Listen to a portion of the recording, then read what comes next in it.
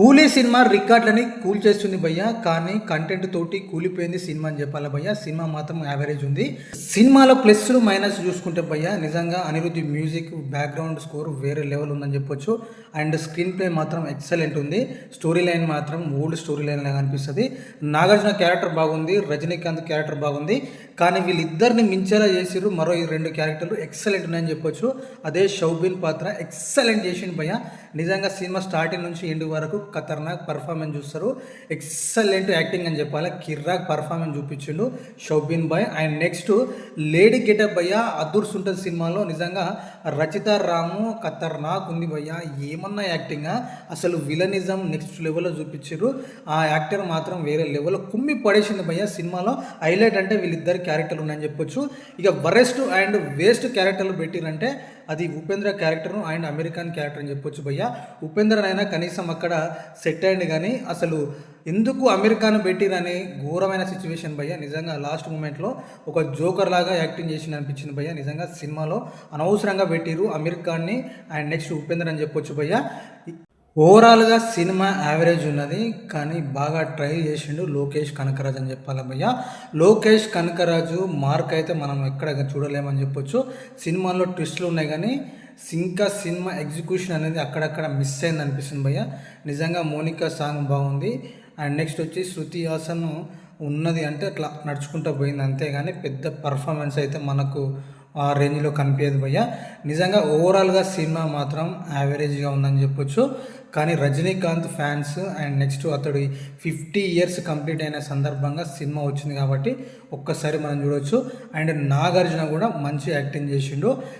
సినిమాలో నాగార్జున క్యారెక్టర్ భయ్య సూపర్ ఉంటుంది. తన లుక్స్ కూడా ఎక్సలెంట్ ఉందని చెప్పొచ్చు. మంచిగా విలన్కి ఖతర్నాక్ సెట్ అయ్యాడు సల్మాన్ పాత్ర అని చెప్పొచ్చు. కానీ మనం గమనించినట్టయితే అతడు ఎప్పుడైతే రజనీకాంత్ ఫేస్ చేసే ప్రతి టైంలో నాగార్జున గారి క్యారెక్టరు సైమన్ క్యారెక్టరు ఎందుకు తగ్గుతుంది అనిపిస్తుంది భయ్య. ఎందుకంటే రజనీకాంత్కి అక్కడ నాగార్జున సైమన్ యొక్క గొప్పతనాన్ని అంత వైల్డ్నెస్ అనేది అక్కడ చూపించలేకపోయారు.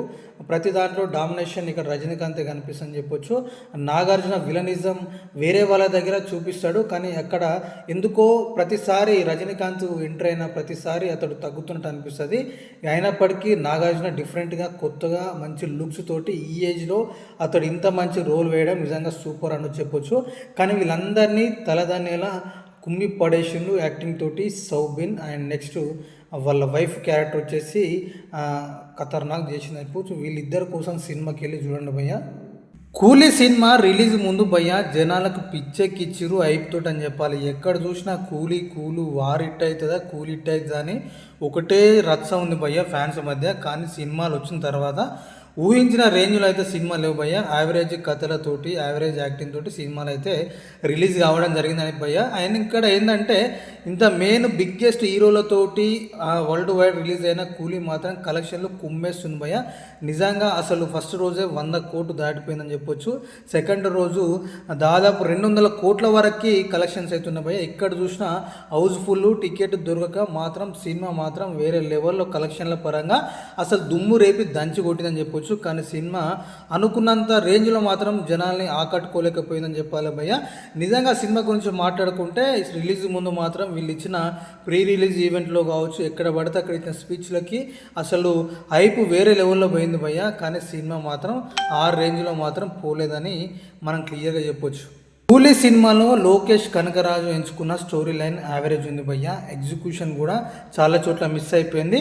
కొద్ది వరకు అయితే అతడి ట్విస్ట్లతోటి అక్కడ మార్క్ అనేది మనం చూడడం జరిగిందని చెప్పొచ్చు. ఇక్కడ మనం గమనించినట్టయితే అసలు నాగార్జున క్యారెక్టర్ వేరే లెవెల్ ఉంటుందని చెప్పేసి మనకైతే చెప్పడం జరిగింది ప్రీ రిలీజ్ ఈవెంట్లో. ఇక్కడ చూసినట్టయితే నాగార్జున కంటే ఇక్కడ డామినేషన్ మాత్రం సౌబిన్ మాత్రం వేరే లెవెల్లో చేసిండు భయ్య. స్టార్టింగ్ నుంచి ఎండింగ్ వరకు అతడు యాక్టింగ్ మాత్రం కుమ్మేశాడు. కూలీలో అసలు నంబర్ 1 పొజిషన్ ఇస్తే భయ్య. నిజంగా సూపర్ యాక్టింగ్ దంచి కొట్టిండు. అసలు అందరి క్యారెక్టర్లని డామినేషన్ చేసి మనోడు వీర లెవెల్ యాక్టింగ్ చూపించిండు సౌబిన్ అని చెప్పాలి భయ్య. నిజంగా ఎక్సలెంట్ పర్ఫార్మెన్స్ చూపించిండు. దాని తర్వాత ఎవరైతే సౌబిన్ వైఫ్గా ఉన్న క్యారెక్టర్ లేడీ క్యారెక్టరు కుమ్మేసింది భయ్య. నిజంగా అసలు వేరే లెవెల్ పర్ఫార్మెన్స్ చూపించింది. అసలు అందరూ పరిశాన్ అయిపోతారు ఆమె యాక్టింగ్కి. నిజంగా రచిత రామ్ వేరే లెవెల్ టాలెంటెడ్ అని చెప్పొచ్చు భయ్య. ఈ సినిమా ద్వారా తనకి మాత్రం వేరే లెవెల్గా ఆఫర్స్ అయితే వచ్చే అవకాశాలు కనిపిస్తున్నాయి. సత్యరాజ్ క్యారెక్టర్ ఉన్నంతసేపు బాగానే ఉంది భయ్య, ఎక్కువసేపు అయితే పెట్టలేడు, తొందరగా చంపేశారు. ఇక ఫ్లాష్ బ్యాక్లో ఏదైతే చూపించడం జరిగిందని చెప్పొచ్చు. ఇక మనం చూసుకుంటే రజనీకాంత్ ఆ ఏజ్లో నిజంగా 50 సంవత్సరాలు ఇండస్ట్రీలో ఉండి రజనీకాంత్ ఫ్యాన్స్ ఎవరైనా ఉంటే ఖచ్చితంగా సినిమాకి వెళ్ళి చూడండి. నిజంగా రజనీకాంత్ కోసం సినిమా చూసే వాళ్ళు ఖచ్చితంగా సినిమాని చూడండి. ఇంకొక విషయం ఏంటంటే అతడు యాక్టింగ్ సూపర్ ఉంది భయ్య. నిజంగా అదే స్టైల్, అతడికి డ్యాన్స్లు ఫైట్స్లు ఈ ఏజ్లో కూడా పెట్టడం జరిగింది. నిజంగా అతడు మంచి స్టార్టింగ్ నుంచి ఎండ్ వరకు రజనీకాంత్ ఫ్యాన్స్ ఖచ్చితంగా ఈజీగా వెళ్ళి సినిమాను ఎంజాయ్ చేయొచ్చు భయ్య.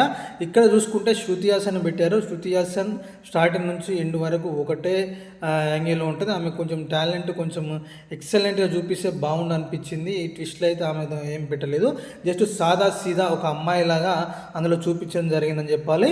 ఇక్కడ మనం గమనించినట్టయితే భయ్య నిజంగా ఉపేంద్ర క్యారెక్టరు సేమ్ జైలర్ సినిమాలో మనకి ఎవరైతే కన్నడ ఆర్టిస్ట్ ఉన్నాడు కదా అతన్ని తీసుకొచ్చి మన హెల్పింగ్ కోసం రజనీకాంత్ హెల్పింగ్ కోసం పెట్టినట్టు ఇక్కడ సేమ్ కూడా అదే ఫీలింగ్ వస్తుంది భయ్య. నిజంగా ఉపేంద్ర క్యారెక్టరు ఆ విధంగా ఉన్నది, ఇలా వచ్చిపోతుంది. కానీ బీజిఎం మాత్రం వేరే లెవెల్లో ఉంది. ఉపేంద్ర ఎంట్రీ అప్పుడు బీజిఎం ఖతర్నాక్ ఉందని చెప్పొచ్చు భయ్య. స్టోరీలో కొన్ని అక్కడక్కడ లూప్ హోల్స్ ఉన్నాయి, ఎందుకంటే కూలీలు ఈ రేంజ్లో ఎలా ఎదగలేరు అనేది అర్థం కాని సిచ్యువేషన్ ఉంటుంది భయ్య. కూలీ టాపిక్ మీద స్టోరీ అనేది రన్ కావడం జరుగుతుంది. ఇక్కడ మనం గమనించి అయితే ప్రతిదానికి ఒక ఫ్లాష్ బ్యాక్ ఉంటుంది. ఫ్లాష్ బ్యాక్లో తీసుకుపోతారు, మళ్ళీ వచ్చి ప్రజెంట్లోకి సినిమా అనేది నడిపించడం జరుగుతుందని చెప్పొచ్చు. స్టోరీ లైన్ బాగానే ఉంది అన్నట్టు అనిపిస్తుంది, కాకపోతే ఒక రేంజ్లో మాత్రం అనేది లేదు. ఎగ్జిక్యూషన్ కూడా చాలా చోట్ల మిస్ అయిపోయింది. ఇక అనిరుద్ధ్ మ్యూజిక్ మాత్రం సినిమాలో ఖచ్చితంగా అనిరుద్ధ్ కోసమైనా సినిమా వెళ్ళి చూడొచ్చు. అనిరుద్ధ్ దంచి హీరో కుమ్మేశాడు ఎప్పటిలాగా. ప్రతి ఒక్కొక్కరికి ఒక్కొక్క బీజిఎం ఇచ్చింది భయ్య, నిజంగా సూపర్ ఉందని చెప్పొచ్చు. ఇక మోనికా సాంగ్ అయితే హీరో కుమ్మేశారని చెప్పాలి. మోనికా సాంగ్ కోసమే పూజా హెగ్డేని పెట్టుకున్నట్టున్నది సినిమాలో. సాంగ్ ముందు వచ్చిపోతుంది అంతే, సాంగ్ ఒక సాంగ్ ఉంటుంది, డ్యాన్స్ చేసేది పోతుంది. అక్కడ కూడా మన సౌబిన్ బాయ్ అసలు కుమ్మి పడేసిండు, డ్యాన్స్లో కూడా హీరో కుమ్మేసిండు మోనికా సాంగ్ తోటి. నిజంగా సౌబిన్ క్యారెక్టర్ కోసం సినిమా చూడండి భయ్య, నిజంగా సూపర్ ఉంది అతడి క్యారెక్టర్ అని చెప్పాలి. ఇక పూజా హెగ్డే ఉన్నంతసేపు డ్యాన్స్ చేస్తుంది, పాట వస్తుంది, అయిపోతుంది. ఒకే రోజు ఆగస్టు 14 రోజు వచ్చిన వార్ 2 సినిమా అండ్ కూలీ సినిమా మధ్య ఎవరు హిట్ అయ్యారు అనుకుంటే భయ్య, నిజంగా రెండు యావరేజ్ స్టోరీలు అయినప్పటికీ ఖచ్చితంగా 100% వార్ 2 మీద కూలీ విజయం సాధించని చెప్పొచ్చు భయ్య. ఎందుకంటే వార్ 2లో చూసుకున్నట్టయితే ఖచ్చితంగా పబ్లిక్ రివ్యూస్ కావచ్చు, టాక్ కావచ్చు చాలా పడిపోయిందని చెప్పొచ్చు. కలెక్షన్ పరంగా కూడా వార్ 2 సినిమా వెనుకబడిపోయింది. మనం ఇక్కడ గమనించినట్టయితే నిజంగా ఇంతమంది సూపర్ స్టార్లు కలిసి చేసిన సినిమా ఖచ్చితంగా బాలీవుడ్ని దాటేసి అసలు national wise world wise collection wise మాత్రం వేరే లెవెల్లో కూలీ సినిమా ఇట్టు కొట్టిందని చెప్పొచ్చు.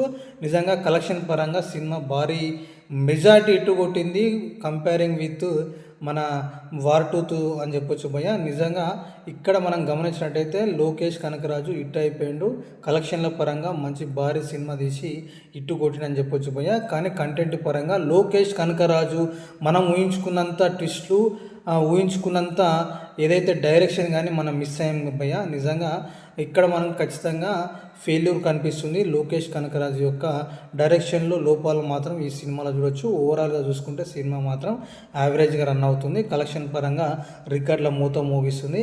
కానీ ఖచ్చితంగా Nagarjuna fans, Lokesh Kanagaraj fans and next Rajinikanth fans ఉంటే సినిమాకి వెళ్ళి చూడండి. వన్ టైం వాచబుల్ భయ్య, సినిమా చూడొచ్చు, ఎంజాయ్ చేయొచ్చు. ఆ friend sentiment and next father sentiment, కూతురు సెంటిమెంటు, దీంతో సినిమా అనేది ఎక్కడ నడుస్తుంది భయ్య. మనం గమనించినట్టయితే సత్యరాజ్ ఉన్నంతసేపు బాగా అనిపిస్తుంది. రజనీకాంత్ గురించి మనం చెప్పాల్సిన అవసరం లేదు. అండ్ నెక్స్ట్ వచ్చేసి లాస్ట్లో అమీర్ ఖాన్ పెట్టిరు భయ్య, ట్విస్ట్ మాదిరి పెట్టిరు కానీ అక్కడ ట్విస్టే లేదు, అనవసరంగా పెట్టిరు అమీర్ ఖాన్ అనే ఫీలింగ్ వస్తుంది. నిజంగా అంత పేరున్న బాలీవుడ్లో అంత నేమ్ ఫేమ్ ఉన్న ఆ యాక్టర్ని తీసుకొచ్చి అలాంటి క్యారెక్టర్ పెట్టడం నిజంగా చాలా బాధాకరమైన విషయం చెప్పొచ్చు భయ్య. నిజంగా ఎందుకంటే అమీర్ ఖాన్ని నిజంగా అక్కడ చూస్తే ఖచ్చితంగా ప్రతి ఒక్కరు ఒక జోకర్ క్యారెక్టర్ లాగా అనిపిస్తుంది భయ్య. అక్కడ సూట్ కాలేదు, సెట్ కాలేదు అనిపిస్తుంది. ఇక సినిమా మాత్రం చూడొచ్చు, యావరేజ్ ఉన్నది.